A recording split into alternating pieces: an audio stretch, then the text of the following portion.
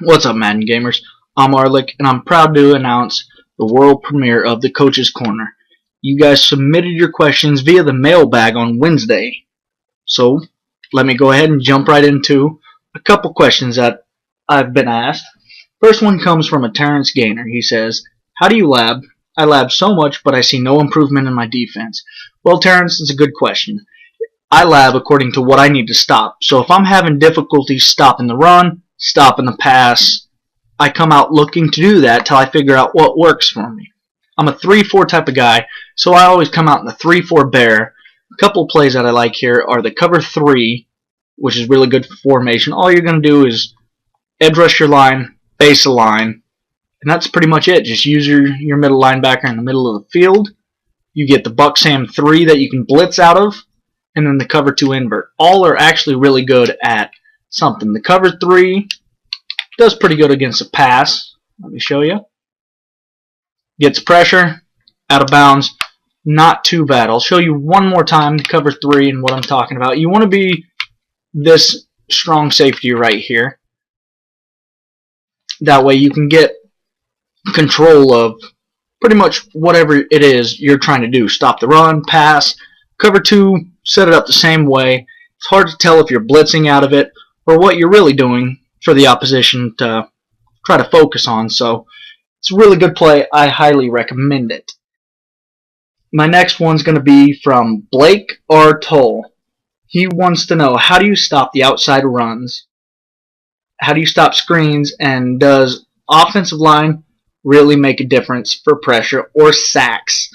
Well, in my opinion, offensive line really doesn't make a difference who you have, just as long as you're able to get their strength and their impact blocking.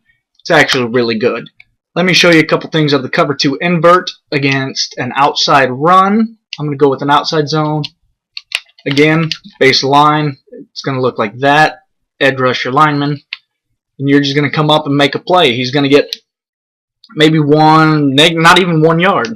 So that's considered a successful play there. Again, I'm going to show you this here. The lineman already set the edge for you. So they're 1 to 2 yards. You're knocking them backwards. It's a win there. So that's the best part as far as stopping the outside run out of the 3-4 bear. Cover 2 invert. That'll stop screens. That'll stop most of your outside runs. Inside runs, you got to kind of pick and choose with your free safety what you want to do. And then BWG also asks, I prefer some schemes from the Philadelphia playbook. And that's also going to bring me back to Blake R. Toll, that also wants to know how to effectively run the ball. The scheme I'm going to be breaking down for you, it's actually a really good one. I enjoy it. It's out of the Philly playbook. It's not the one that Z Farrells broke down, the slot offset. Instead, I'll go with the split slot, the one that has 2 backs on it. So for you out there that loves to use 2 running backs, I'm going to show you some good plays out there to utilize them the best. The first one's going to be PA Eagle Wheel. What I like about that is it's essentially a play action pass to start it. You got so many options. You can hit your X receiver on the post if the free safety drops to play something else. He's going to get open.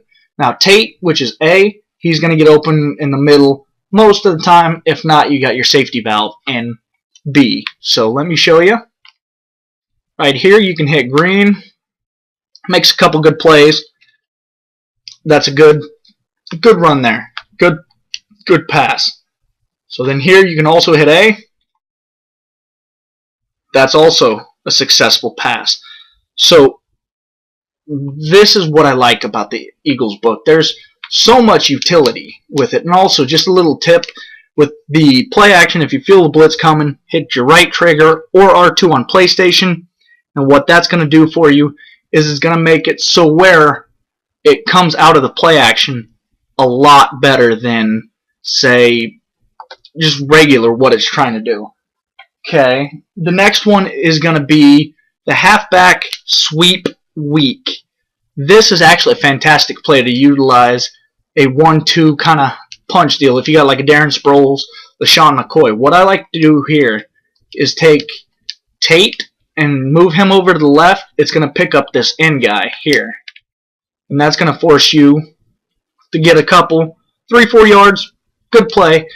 I'm not saying it's hard to stop. It can be stopped, but it also helps out a lot more with that extra blocker there, per se. I'm going to show you this one more time. Gets the extra block right there. You got 10 yards. First down, that's a great to mix in with play action out of this book. Also, effective runs, 0-1 traps, inside zones, outside zones. Read options are good. Draw plays are pretty good. Just stuff like that that's going to get you the positive yards.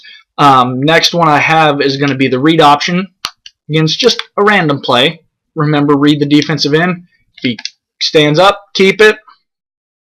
It's 5 yards, 6 yards. That's a positive play.